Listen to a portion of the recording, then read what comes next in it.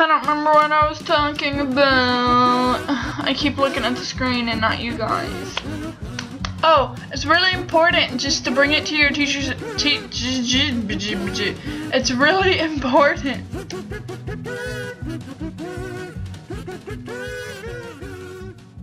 Hey guys. So in this video, we're gonna talk about science. Not really. Yes, but no. We're going to talk briefly about the GED Science test. I'm just going to go ahead and start with what will be on the science test. It's the same book that's in all my other videos. Science. And I studied mostly in this, what I studied was the life science. I won't say I'm particularly good at the earth and space science, but I do like that stuff, so it is easier for me to retain the information. Life science and physical science, I was a little iffy on. Speaking of which, the content for this test is 40% life science, 20% earth and space science, and 40% physical science. I only really remember 2 or 3 earth and space science questions, and one of them had to do with the moon's, or it might not have even been the moon's rotation, just some of the planet rotation, like if it's in this position, will a shadow be cast on this planet, or you know, that kind of thing. It is shorter than the math test. It is 90 minutes long, given in one session, so you don't get a break in this test like you do in the language arts. And it does include multiple choice, fill in the blank, drop down, hotspot, and drag and drop items. If you haven't seen my social studies video, hotspot is where it will have a diagram, especially here in the science.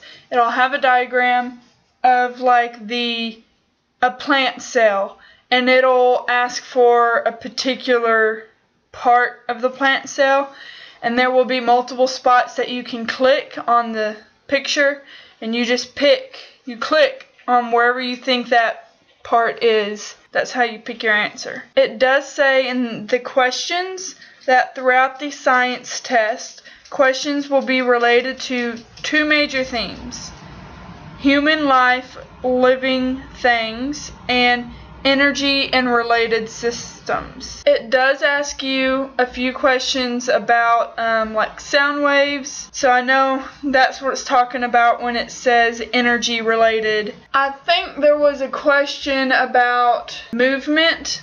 If you like jump off of a surface that's in the water, the energy that you make by pushing off of it makes certain waves in a certain direction, something along those lines. But at the end of all the tests, except for the math, the essay is at the very end. It's the very last question. I'm trying to remember what my essay was for the science test, because I did so many essays. I did so many, counting all the practice tests and the real test, and then on top of that, essays I got in my class. That's one thing they really push if you're in classes. They want you to know how to write a proper essay. They will give you essay after essay after essay.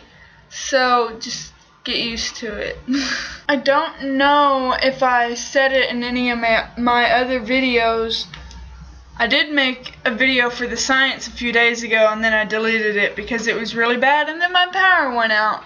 But I think it's really important, especially if you're in classes, if you are working in your book and you think it's choice A for a question, but the answer key in the back of the book says choice D, then bring it to your teacher's attention. Okay, this question here is talking about changes in DNA, mutations and all. Let's see if I can. So So that is something that I think you guys should really focus on, because I can remember a few of those questions on the tests, and sometimes those get kind of hard. But this is the 4th video for the GED test I've made, and they're not getting any easier because I gave so much information in my first video. So something I didn't really realize is after all the sections, there are simulated tests. The book goes in order from language arts, social studies, science, and then math. There are simulated tests between the end of the math lessons and the answer keys. I'm going to show you the simulated test for science. I'll show you a few pages. I'm not going to show you all the pages because it's a lot. Really, dog? Can't I make a video in peace, please? So here's one that looks fairly interesting. So it's really just important, especially for science. It's mostly just remembering the names of organisms and cells and things within the organisms and cells.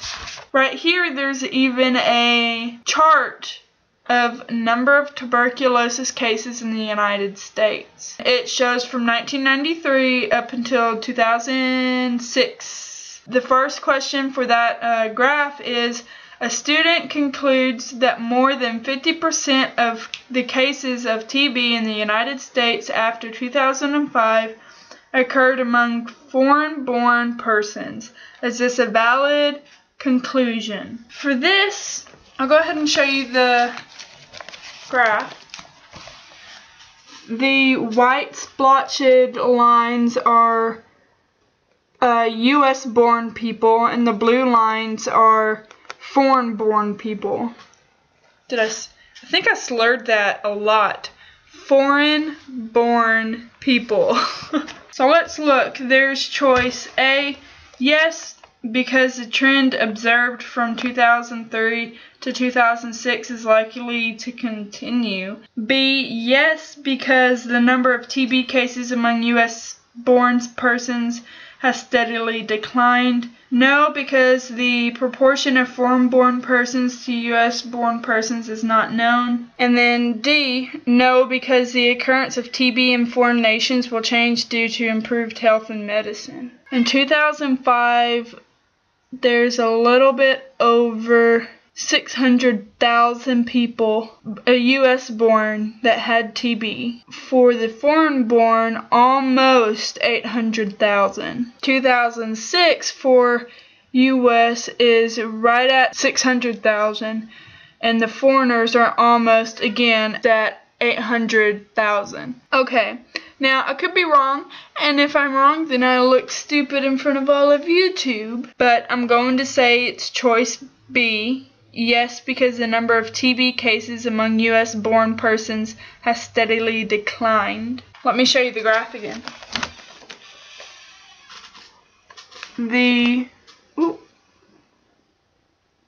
The white splotched ones are US and the blue ones are foreign. So the foreign one kind of fluctuate a little, but the US one is constantly getting smaller. So I'm going to go with B, has steadily declined. And let's see what the answer is. This is one of those where they're tricky. It says the answer is C, which was no, because the proportion of foreign-born persons to US-born persons is not known. Well, it explains in the answer key that it is question C, answer choice C, because the bars on the graph represent the number of TB cases per 100,000 persons. The question asks about the total cases in the United States. Unless there are exactly equal numbers of US-born and foreign-born persons in the population, the conclusion is unsupported. For example, persons make up 1/20th of the population. They will account for a much smaller percentage of TB cases.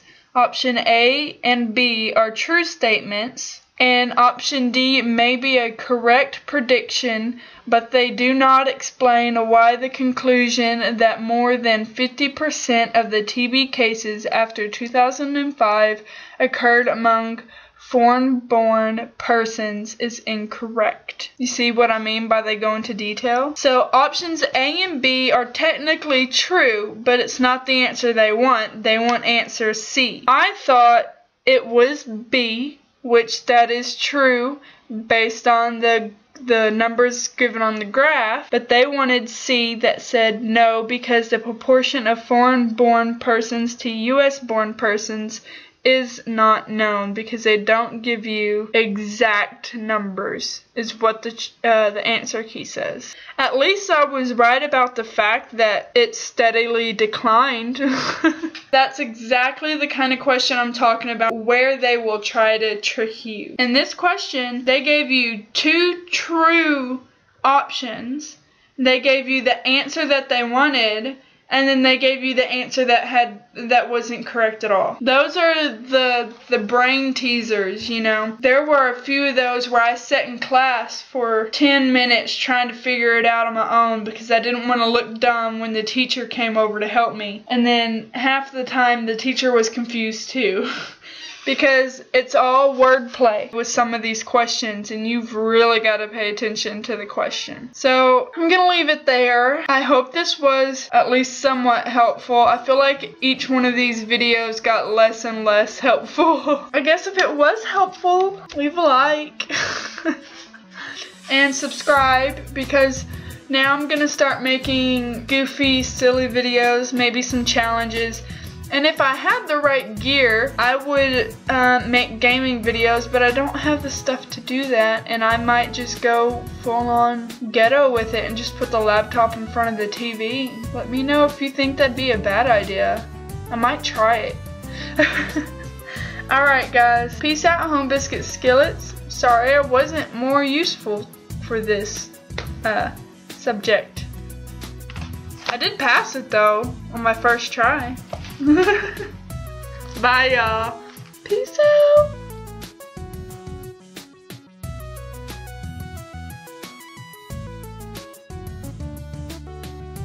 It talks about temperature because I speak English.